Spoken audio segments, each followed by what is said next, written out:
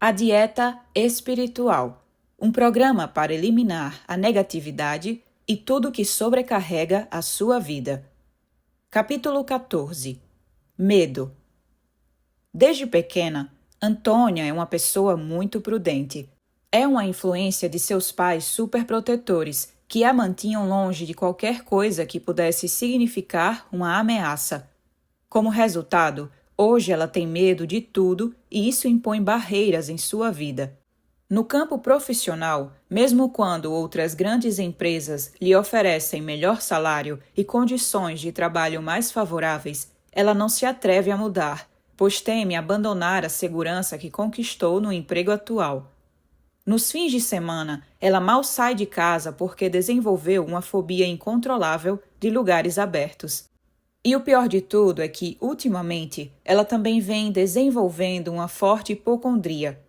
Tem tido palpitações e enjoos e precisou ir ao médico várias vezes, mas não descobriu doença alguma. De acordo com os livros de psicologia, o medo é uma advertência emocional que anuncia a proximidade de um dano físico ou psicológico.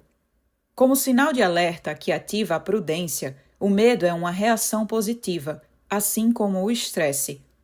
O problema, outra vez, é quando o medo deixa de ser uma advertência e se torna protagonista da nossa realidade.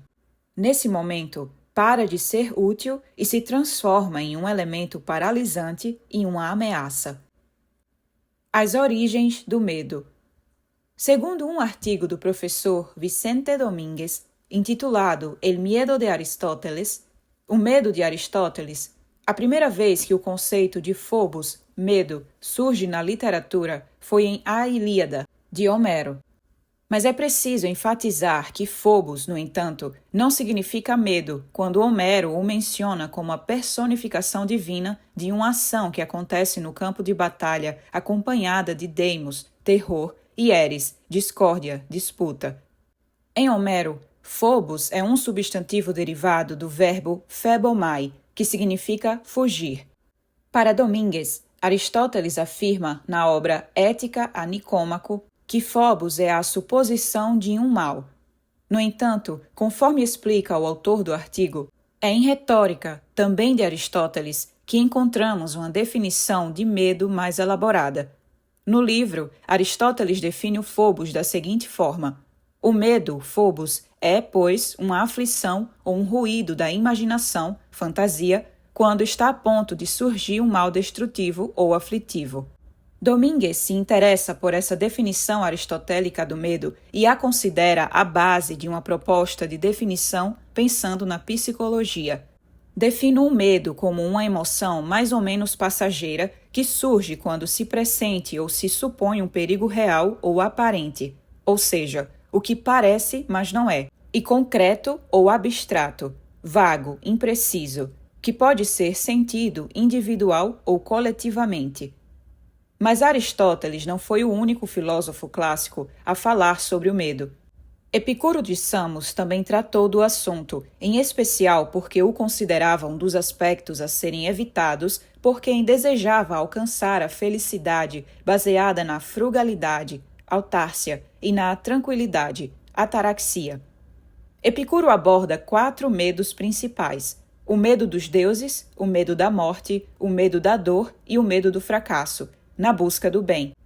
Segundo ele, o primeiro é absurdo, pois eles, os deuses, em nada interferem nos assuntos humanos e não são movidos pela ira, pela cólera, nem por tantos outros sentimentos comumente atribuídos a eles. Pelo contrário, os deuses deveriam ser modelos de virtude e de excelência a serem imitados, pois vivem em harmonia e mantêm relações de amizade entre eles.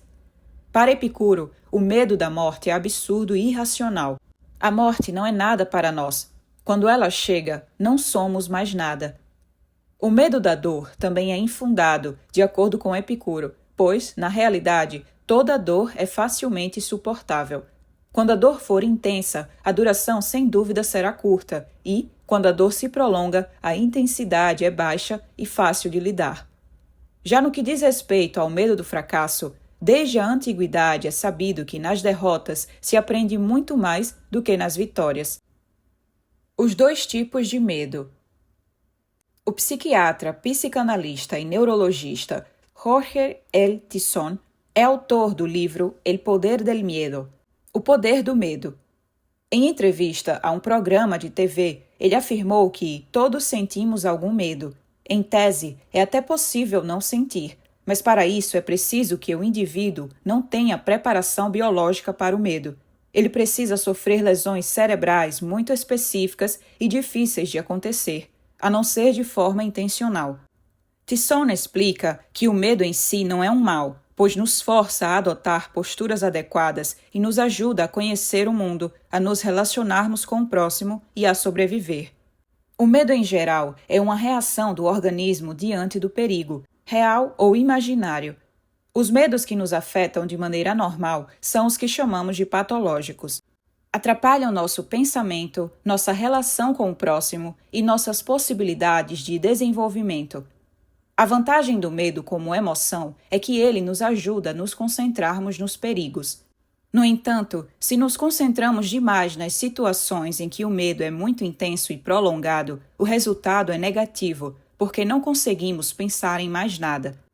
Tizón explica que há duas formas de explicar a origem e o funcionamento do medo. Existem pensadores, psicólogos e cientistas que dizem que nascemos preparados para sentir medo e que, fundamentalmente, são as relações sociais que definem que medo vamos sentir. Por outro lado, há outros, principalmente os teólogos, que dizem que nascemos com uma série de medos, uns 7 ou 8 básicos, que são uma lembrança da evolução da espécie e que é através da nossa relação com os pais ou responsáveis que afastamos esses medos e conseguimos conviver com eles. Segundo Tizón, o medo do desconhecido, por exemplo, é cultural. Há culturas que não temem um desconhecido e até pessoas que, genética ou neurologicamente, estão preparadas para sentir curiosidade e prazer diante da novidade. O psicólogo especifica que o medo do desconhecido sempre existe, porque é a mistura de duas emoções primárias, a surpresa e o temor. Quando as misturamos e não recebemos ajuda para aprender a misturá-las bem, sobretudo na primeira infância, acabamos sentindo medo do desconhecido para toda a vida. O fantasma da incerteza. Joanna Burke, professora de História na Universidade de Londres, escreveu em 2005 um livro chamado Fear, A Cultural History. Medo, uma história cultural. Em novembro de 2006, o jornal El País a entrevistou e ela declarou que, de todas as emoções, o medo é a mais fácil de estimular.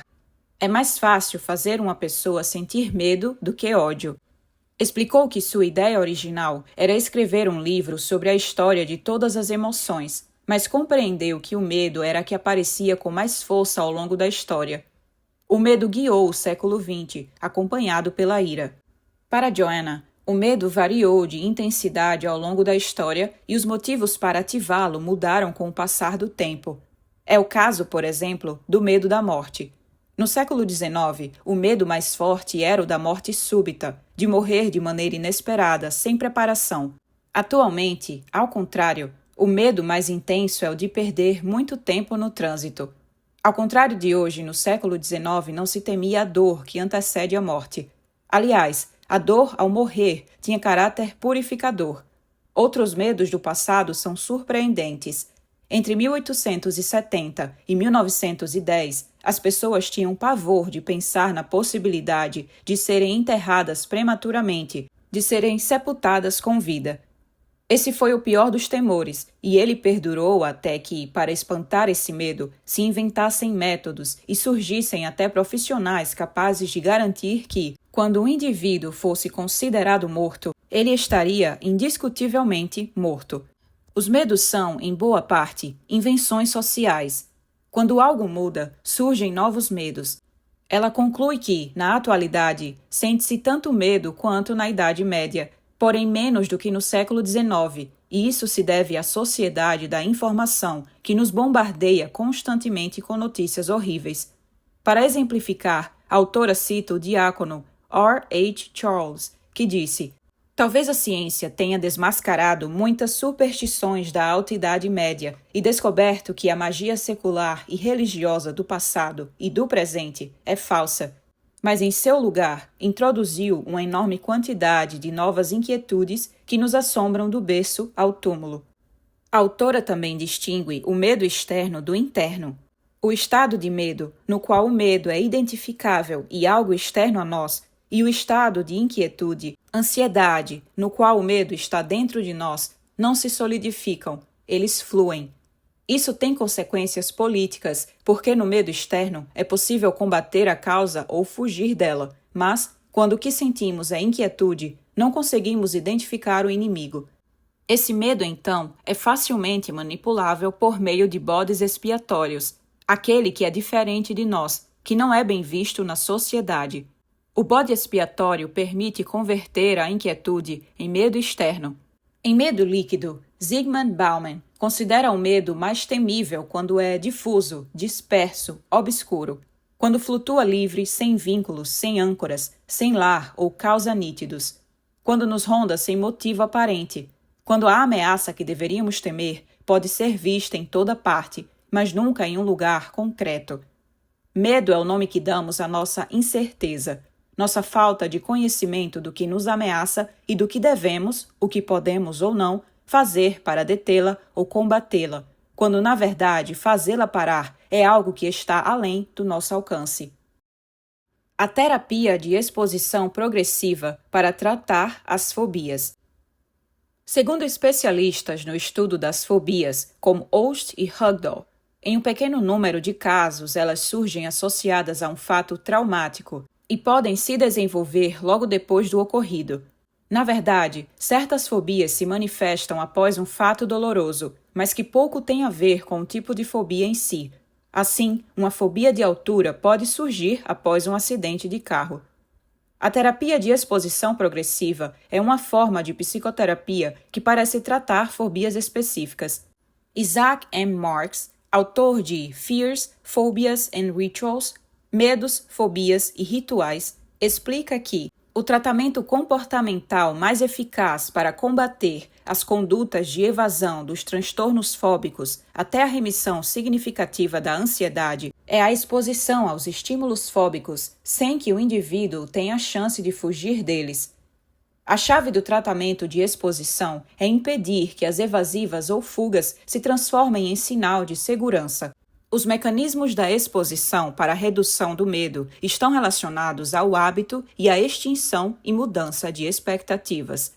Diversos estudos demonstraram que, entre os possíveis modelos de exposição ao objeto ou à situação que produz a fobia, exposição ao vivo, imaginada ou gravada na memória, o mais eficiente é a exposição ao vivo, ainda que a autoexpressão também seja considerada positiva, pois evita que o paciente crie dependência do terapeuta. Quanto à duração da exposição, estudos demonstram que uma sessão longa, até o medo perder força, é mais eficaz do que sessões curtas, pois facilitam a adaptação ao local. Além do mais, é preciso levar em conta que a eficácia da exposição também depende da programação de intervalos curtos entre as sessões. O principal objetivo da terapia de exposição é provocar estados emocionais incompatíveis com a ansiedade e com a reação fóbica. Ela compreende os seguintes passos. Número 1. Compreensão do medo ou da fobia, como e quando aparece, como se sustenta, etc. Número 2. Administração do medo. Aprender a detectar os pensamentos catastróficos para poder trabalhá-los. Número 3. Exposição progressiva e contínua à situação temida sem a possibilidade de conduta de fuga. O não medo. Pilar Jericó, especialista em ambientes corporativos, explica em seu livro Não Medo, na Empresa e na Vida, que, na mitologia, o temor é filho de Marte, o deus da guerra, com Vênus, a deusa do amor. Por quê? Porque nasce do apego. Sentimos medo daquilo que desejamos e não queremos perder.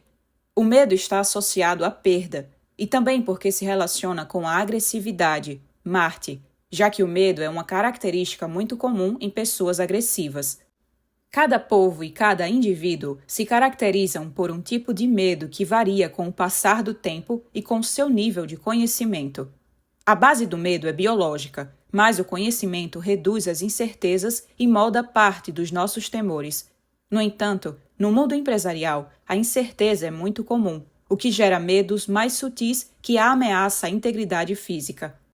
De acordo com o Pilar Jericó, existem dois tipos de medo, que ela compara com os protagonistas do Médico e do Monstro do livro homônimo: o medo saudável e o medo nocivo. O primeiro é a prudência que nos permitiu chegar aqui na evolução biológica, pois nos protege dos perigos. Mas o segundo nos impede de tomar decisões e desenvolver nossos dons. É destrutivo, nos freia e, além de tudo, se prolonga no tempo. Ele nos faz mergulhar na insegurança e impede o desenvolvimento do nosso potencial. Após explicar as diferenças entre os tipos de medo, Pilar Jericó fala da relação entre motivação e medo. Qual é a força exatamente oposta ao medo? Sem dúvida, é a motivação. Medo e motivação seriam duas faces da mesma moeda. Nascem das mesmas necessidades individuais, convivem, mas apresentam características bem distintas. A motivação nos faz alcançar um objetivo. O medo nos mobiliza para combater a ameaça.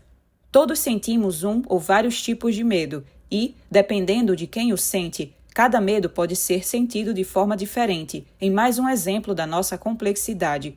Apesar disso, com base nas biotipologias da motivação, podemos identificar 5 grandes grupos.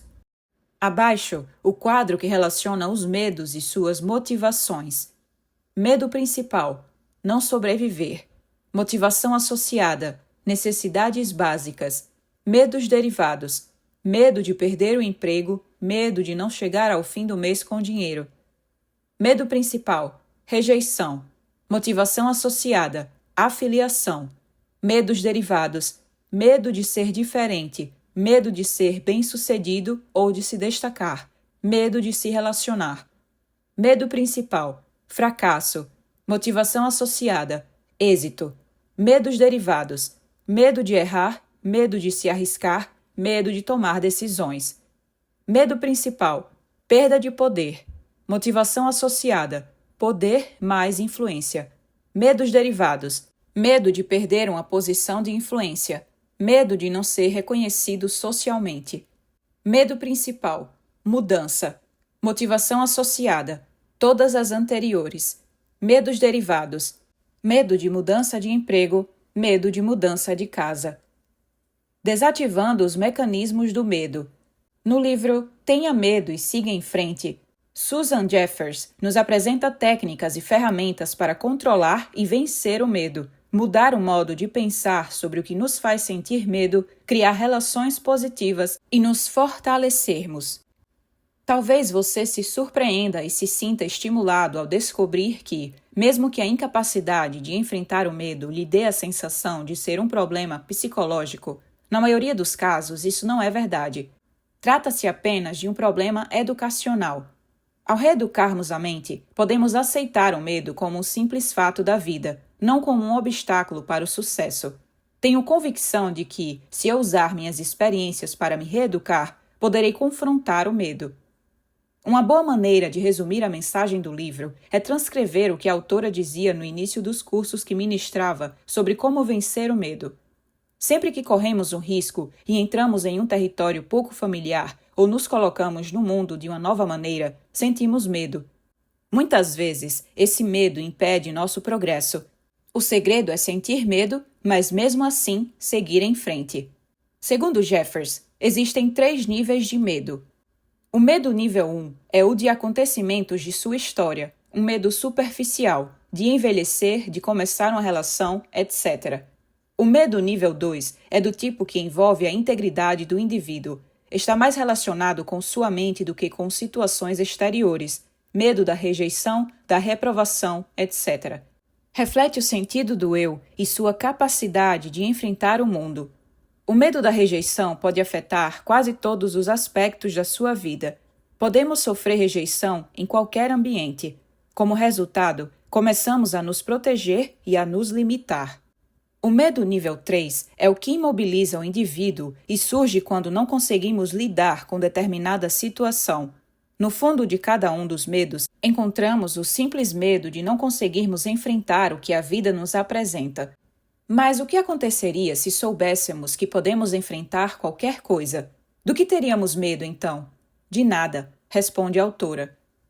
Em seu livro, Jeffers apresenta o que ela considera as 5 verdades sobre o medo.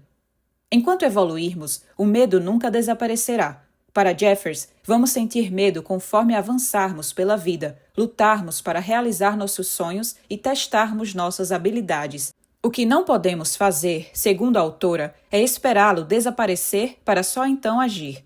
Exatamente por isso ela acredita que, quando nos tornamos mais confiantes em nós mesmos, mudamos nossa relação com o medo e a nossa forma de agir. A única maneira de se libertar do medo de fazer algo é indo em frente e fazendo, mesmo com medo. A única maneira de nos sentirmos melhor é enfrentar o que se apresenta diante de nós. Não sou a única pessoa a sentir medo quando piso em um terreno novo. Todos sentem isso. Vencer o medo é menos custoso do que conviver com o medo subjacente que nasce da impotência. A autora conclui: se você não conseguiu vencer o medo, é provável que nunca tenha compreendido as verdades por trás do medo e que tenha interpretado o temor como um sinal para recuar e não como um sinal verde para seguir em frente. Para encontrar a saída da prisão que nós mesmos nos impusemos, basta reeducarmos nossos pensamentos. Cardápio contra o medo. Objetivo da semana. Número 1. Elabore uma lista com seus medos mais recorrentes ou os que mais afetam seu dia a dia. Número 2. A cada semana, dedique-se a enfrentar um deles, buscando eliminá-los da sua mente e evitar que o impeçam de fazer outras coisas. Número 3. Durante a semana, dedique um tempo do dia a se expor um pouco mais ao que lhe causa temor.